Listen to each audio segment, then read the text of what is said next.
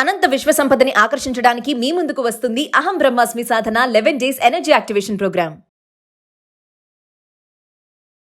Hi viewers, India's largest digital media network Suman టీవీకి స్వాగతం. ప్రస్తుతం మనతో ఉన్నారు motivational speaker and language trainer Vijaya Bangaru Amma. అమ్మ నమస్తే. నమస్తే అమ్మ, ఇప్పుడు ఎక్కువ మనం చూస్తూ ఉంటే మామూలుగా అన్నా చెల్లెళ్ళు బంధం అంటే నిజంగా ఎంత పవిత్రమైన బంధము. అవును రక్షాబంధన్ కట్టేది కూడా ఆ బంధాన్ని చాలా స్ట్రాంగ్ గా ఉండాలని కడతాం. అవును ప్రతి ఆడపిల్ల ఆ రక్షాబంధన్ కోసం అన్నయ్యలు ఎక్కడున్నా కూడా వెళ్ళి వాళ్ళ ఆనందమే ఏంటంటే అన్నయ్యకి రాఖీ కడితే ఏదో కొంచెం ఇస్తారు అవును అని ప్రతి చెల్లికి ఉంటుంది. అక్కకి ఉన్న కోరిక, ఆశ ఇవన్నీ కరెక్ట్. అంటే ఇంత పవిత్రమైన ఒక మంచి చరిత్ర ఉన్న రాఖీ అంటే అన్న చెల్లెళ్ళకు బంధం అంత స్ట్రాంగ్ గా ఉన్న బంధం ఉన్న ఈ మధ్య కాలంలో చూసుకుంటే నిజంగా ఎంత మంట కలిసిపోతున్నాయి అన్ని అనిపిస్తుందమ్మా. సో గండికోట విషయంలో చూసుకుంటే సొంత అన్నలే నిజంగా ఆ అమ్మాయిని అంత దారుణంగా చంపడం అంటే నిజంగా బాధాకరం. చంపిన తర్వాత ఆ అమ్మాయి పైన మనం ఆడవాళ్ళగా చెప్పుకోలేకపోతున్నాం. బట్టలు కూడా తీయడం నూలు పోగు లేకుండా నిజంగా ఎంత మనుషులు ఇంత కిరాతకంగా ఎలా తయారైతున్నారు. సొంత చెల్లిని ఎలా చంపబుద్ధి అవుతుంది. ఇందులో వాళ్ళ బావల హస్తము అంటే బంధువులే అంటే కుటుంబ సభ్యులందరి హస్తం ఉంది, తల్లి తండ్రి కూడా హస్తం ఉందేమో అని ఒక డౌట్. సో ఇదేంటంటేనండి, మీరు అన్నట్టుగా అమ్మాయి ఇంటర్మీడియట్ చదివే అమ్మాయి, సరే ఎవరితోనే ఒక రిలేషన్షిప్ లో ఉంది. అది తల్లిదండ్రులకు నచ్చలేదు, ప్లస్ అన్నదమ్ములకు కూడా నచ్చలేదు. సో వాళ్ళు ఏంటంటే ఎప్పటి నుంచో ట్రై చేస్తున్నారు ఇద్దరిని కలిపి చంపారు. సో జనరల్ గా రాధ గారు, ఇలాంటిది ఆడపిల్లలు మరి ముఖ్యంగా ఇట్లాంటి ఇంటర్మీడియట్ అంటే అమ్మాయి జస్ట్ 10th క్లాస్ నుంచి అప్పుడే ఉంటుంది. సో ఇన్ని రోజులు తల్లి సంరక్షణలో ఉండి పెరిగింది. ఇంటర్మీడియట్కి వెళ్ళేటప్పటికి కొంచెం ఇండివిజువాలిటీ వస్తుంది కదా, తన నిర్ణయాలు తీసుకోవడము, తన ఇదిగా ఉండడము కొంచెం. అంటే ఈ అమ్మాయిలకి ఏంటంటే కాలేజీకి వెళ్ళేటప్పటికి కొంచెం మగ పిల్లల్ని అట్రాక్ట్ చేసుకెలాగా తయారవ్వడము, ఇంకా చిన్న చిన్న వ్యవహారాలన్నీ జరుగుతూ ఉంటాయి. అది సర్వసామాన్యం. వాళ్ళు టీనేజ్ కి ఎంటర్ ఏజ్ కాబట్టి. సో జనరల్ గా ఆడపిల్లలు, మరి ముఖ్యంగా ఆడపిల్లలు ఏంటంటేనండి, ఇంట్లో ఎప్పుడైతే మీకు అఫెక్షన్ దొరకదో తల్లిదండ్రుల దగ్గర నుంచి, కుటుంబ సభ్యుల దగ్గర నుంచి, బయట మగపిల్లలు ఎవ్వరు ఈ అమ్మాయిని కాస్త మెచ్చుకున్నట్టు మాట్లాడినా కూడా అటువైపు అట్రాక్ట్ అయిపోతారు. సో ఇప్పుడు అంటే తల్లిదండ్రులు ఏంటంటే ఒక ఏజ్ వచ్చిన తర్వాత డిసిప్లిన్ గా పెట్టడము, ప్రతి దానికి ఒక హద్దులు పెట్టడము, దాని తర్వాత నువ్వేం చేస్తున్నావో నాకు తెలియాలి, ఇక్కడికి వెళ్ళొద్దు, ఇక్కడికి వెళ్ళు, ఇలా ఉండు, అలా ఉండు అని ఎందుకు చెప్తుంటారంటే వాళ్ళ బాగు కోసమే చెప్తున్నారు. కానీ ఆడపిల్లలు ఏం చేస్తున్నారంటే మాకు ప్రతి చోట రిస్ట్రిక్షన్సే, మాకు ఇండివిజువాలిటీ లేదు, ఏమి లేదు. సో అంటే జనరల్ గా తల్లిదండ్రులు చెప్పినా కొంచెం కరెక్ట్గా, ఏంటో ఎక్కడికి వెళ్తున్నావు నువ్వు, ఇప్పుడు ఏం పని ఉంది, ఫోన్లో ఎంతసేపు మాట్లాడుతున్నావు, ఈ డ్రెస్ ఏమిటి అని అంటారు కదా. అన్నప్పుడు వీళ్ళకి ఏంటంటే ప్రతి దానికి మమ్మల్ని పాయింట్అవుట్ చేస్తున్నారు. సో ఏంటంటే ఆ కరుకుదనంలో వీళ్ళకు వాళ్ళు నా కోసమే చెప్తున్నారు కదా, నేను బాగుండాలని చెప్తూ మా అమ్మ చెప్తుంది కదా, మా అన్నయ్య చెప్తున్నాడు అనుకోకుండా, ఇదేంటి ఇంట్లో నన్ను ఎవరు ప్రేమగా చూసుకోవట్లేదే. కాబట్టి ఎప్పుడైతే బయట వ్యక్తులు, మగపిల్లలు ఎప్పుడైతే ఈ అమ్మాయితో కొంచెం ప్రేమగా మాట్లాడతారో అటువైపు అట్రాక్ట్ అవుతారు. దట్టు మీ ఇంటర్మీడియట్ అంటే అప్పుడే 10th క్లాస్ వెళ్ళి ఆ అమ్మాయి ఇంటర్మీడియట్ లో జాయిన్ అయింది. సరే ఏది ఏమైనా ఇద్దరి మధ్యలో ఫ్రెండ్షిప్ ఉన్నది. సో వీళ్ళు ఎప్పటి నుంచో కలుసుకుంటున్నారు. ఈ విషయం తల్లిదండ్రులకు తెలిసింది, అన్నదమ్ములకు తెలిసింది. ఈ అమ్మాయికి నాకు తెలిసి వార్నింగ్ కూడా ఇచ్చిండొచ్చు, అది మన పద్ధతి కాదు, ఏం కాదు అని ఉండొచ్చు. మరి ముఖ్యంగా ఏంటంటే వీళ్ళిద్దరిది ఒకటే క్యాస్ట్ కాకపోయి ఉండొచ్చు, పరువు పోతుంది అని. మరి ఇప్పుడు చెల్లిని చంపేసి నువ్వు జైలుకి వెళ్ళావు, మరి అది పరువు పోలేదా? అందరికి పరువు అంటే ఏ రకంగా పోయినా పరువే. నీ చెల్లి తీసుకెళ్లి వేరే అతన్ని పెళ్లి చేసుకొని బయటికి వెళ్ళిపోతే పరువు పోతుంది అని కదా నువ్వు ఈ పని చేసావు. మరి ఇవాళ నీ సొంత చెల్లిని చంపేసి నువ్వు జైలుకి వెళ్ళావు, ఇప్పుడు వెళ్తావో లేకపోతే పట్టుకుంటే జైలుకి వెళ్తారు, లేకపోతే కంపల్సరీగా వెళ్తావు. అప్పుడు నీ కుటుంబ మర్యాద, పరువు మర్యాద అంతా పోయినట్టు కదా, మరి అది పరువు పోయినట్టు కదా. సో వీళ్ళు ఏం చేశారంటే అతి కిరాతకంగా ఈ అమ్మాయిని చంపేశారు. సో అసలు జరిగింది ఏంటంటే, ఈ అమ్మాయి జనరల్ గా ఎప్పుడు కలుసుకుంటే ప్లేస్ అన్నట్టుగా ఈ అమ్మాయి దగ్గర ఫోన్ లేదు. వాళ్ళ తల్లి ఫోన్ నుంచి ఆ కుర్రోడికి ఒక మెసేజ్ ఇచ్చింది, పలానా చోట మనం కలుసుకుందాం అనేసి.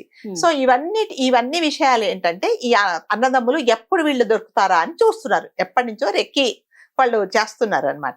సో ఈ అమ్మాయి ఏం చేసిందంటే మెసేజ్ ఇచ్చేసి, అంటే తెలివి పనిచేసిందో లేదో, టీనేజ్ అమ్మాయి కదా, ఏదో ఆకృతంలో జనరల్ గా ఒక తప్పు పని చేసినప్పుడు వెంటనే మనం ఏం జనరల్ గా దాన్ని డెలీట్ చేయడమో లేకపోతే మెసేజ్ ఇంకొక చోట సేవ్ చేసుకోవడమో అలా ఉంటుంది. దట్టు ఆమె ఫోన్ కాదు, అమ్మాయి అలాగే వదిలేసింది. అప్పుడు తల్లి నాకు తెలిసే తల్లే చూసి బ్రదర్ చెప్పడము లేకపోతే బ్రదర్స్ చూడడమో జరిగింది.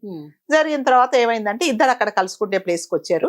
అయితే ఈ కుర్రోడు ఎవరైతే ఈ అమ్మాయి బాయ్ ఫ్రెండ్ ఉన్నాడో ఆ అబ్బాయి బాయ్ ఫ్రెండ్ కు వాళ్ళ మేనమామ చెప్పాడు, ఇదేదో జరుగుతున్నట్టుంది, మరి నువ్వు తొందరగా డిస్పోజ్ అయిపోండి మీరు అంటే. ఆ కుర్రోడు చెప్పాడు, ఇలా మీ వాళ్ళకి తెలిసినట్టుంది, మనం ఇద్దరం కలిసి వెళ్ళిపోదాం అంటే. ఆ అమ్మాయి ఏమనుకుందంటే, నువ్వు ఉంటే నీ ప్రాణానికి అదేంటి ఆపదొస్తుంది, నిన్నేమన్నా చేస్తారు, నన్ను ఏమి చెయ్యరు, నా అన్నదమ్ములే కదా, ఇస్తే ఒక చెప్పదెబ్బ కొడతారు లేకపోతే వార్నింగ్ ఇస్తారు లాక్కుపోతారు అంతవరకే అనుకొని అతన్ని ఫస్ట్ డిస్పోజ్ చేసేసింది. అతను వెళ్ళిపోయాడు. వెళ్ళిపోయిన తర్వాత ఈ అమ్మాయిని పట్టుకొని అండి పీడే గుద్దులు గుద్దారు అనమాట. ఎంత భయంకరంగా అంటే బ్లడ్ వచ్చేలాగా భయంకరంగా అరుస్తున్నా కూడా ఏమాత్రం మానవత్వం లేకుండా సొంత అన్న ప్లస్ అన్న వాళ్ళ కజిన్స్ అంటే ఈ అమ్మాయికి వాళ్ళు కూడా అన్నయ్యలే అవుతారు, అందరూ కలిసి ఒక ఇద్దరు అనుకుంటా అసలు కాళ్ళు పట్టుకున్నారు కూడా కాళ్ళు పట్టుకున్నా కూడా కనికరించకుండా భయంకరంగా పెరుగుద్దులు గుద్దిన తర్వాత అమ్మాయి చనిపోయింది. సరే చనిపోయిన తర్వాత అయినా ఇంకా చంపేశామని అనుకోకుండా వాళ్ళ క్రూరత్వం ఎంత ఉందంటే వాళ్ళ చేతికి మన్ను అంటుకోకుండా అంటే వాళ్ళ మీద ఏది రాకుండా ఒక పెద్ద గుట్ట మీద తీసుకెళ్ళి అంటే జనరల్ గా సొంత తోడబెట్టిన చెల్లి, మనం ఎవరైనా పరాయి స్త్రీలు పరాయి అమ్మాయిలు బయటికి వెళ్తుంటేనే మనము మగపిల్లలు ఎలా అంటే మనం కూడా అనుకుంటాం మన ఇంటి సభ్యులం అన్నయ్యలు తమ్మలు వాళ్ళు చూడలేరు అనమాట, ఏదో అమ్మాయి ఎలకు అని చున్నీ వేసుకో అని చెప్పే బుద్ధి. బ్రహ్మయ్య కొండయ్య వీళ్ళిద్దరు ఏం చేశారంటే ఒక గుట్ట మీద తీసుకెళ్లి ఆ అమ్మాయి ఒంటి మీద ఒక నూలు పోగు లేకుండా వివస్త్రం చేసి పైనుంచి తోసేశారు అమ్మాయిని. అంటే వాళ్ళ ఐడియా ఏంటంటే వాడే అంటే ఎవరైతే ఈ అమ్మాయి లోకేషే చేసి అతని మీదకి పోతుందని వెళ్ళిపోయారు. కాకపోతే ఏంటంటే నిజంగానే పోలీసు మళ్ళీ మా అమ్మాయి కనబడట్లేదని పోలీస్ కంప్లైంట్ ఇచ్చినప్పుడు తెలిసింది ఏంటంటే ఈ అమ్మాయి ఒక పొదలలో పాపం అప్పటికే ఎప్పుడైతే పిడిగుద్దులు గుద్దారో అప్పుడే చనిపోయింది. సరే పట్టుకున్నారు అంత ఇంత.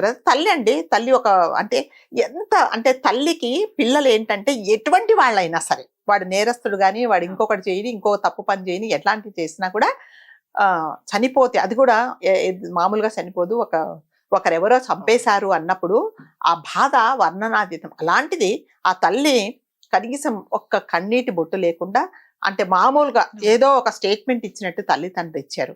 అంటే నాకు తెలిసి అంటే నేను అనుకుంటున్నాను ఆ తల్లికి కూడా ఇన్ఫర్మేషన్ ఉండొచ్చు, లేకపోతే అన్నాలతో పాటు ఈ తల్లి కూడా కుమ్ముక్క ఈ పని చేయించుండొచ్చు అని ఒక చిన్న డౌట్ అంతే.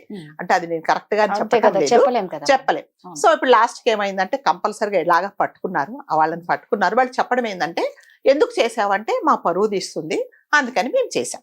ఓకే, పరువు తీసింది. మరి ఇవాళ నువ్వు నీ చెల్లిని సొంత చెల్లిని చంపి మరి నువ్వు ఇంటికైతే పంపరు కదా, చాలా బేష్ సబాష్ చాలా మంచి పని చేస్తావు ఇంటికి వెళ్ళిపోని చెప్పరు కదా, తీసుకెళ్లి జైల్లో వేస్తారు. మరి అప్పుడు పరువు పోదా? అంతే కదా. మరి నువ్వు జైల్లో ఎన్ని సంవత్సరాలు ఉంటావో ఏం మరి అప్పుడు పరువు అంటే ఏ తప్పు చేసినా కూడా పరువే కదా.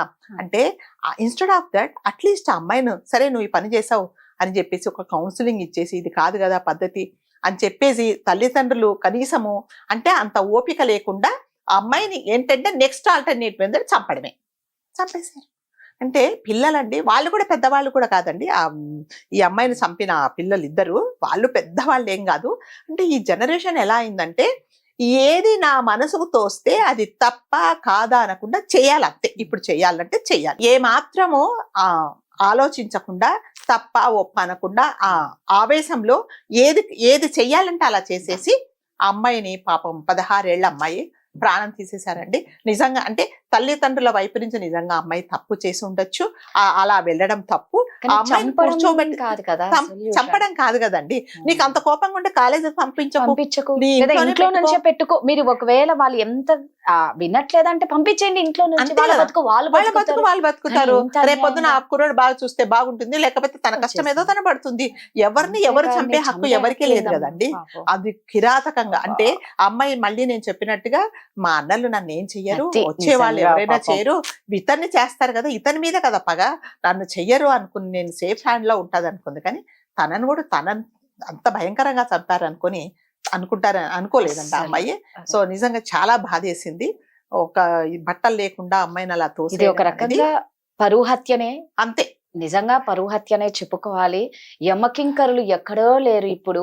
ఇంట్లోనే ఒక భార్య చుట్టుపక్కలనే రూపంలో ఉన్నారు. వస్తది, ఒక భర్త రూపంలో అయినా వస్తది, ఇప్పుడు ఒక అన్న రూపంలో అయినా వస్తాడు, తల్లి రూపంలో వచ్చింది, అన్ని రూపాలు అయిపోయాయి. అయిపోయింది. అంటే ఇంట్లో ఒక రక్త సంబంధానికి గాని బంధాలకు గాని ఎంత విలువ ఉన్న ఈ సమాజంలో ఈ బంధువులు రక్త సంబంధికులే చంపేస్తున్నారు. బయట వాళ్ళ ఎవరికి ఛాన్స్ ఇవ్వట్లేదు కూడా. ఇలాంటి పరువు హత్యలు మనం ఇది వరకు ఎన్నో చూసాము.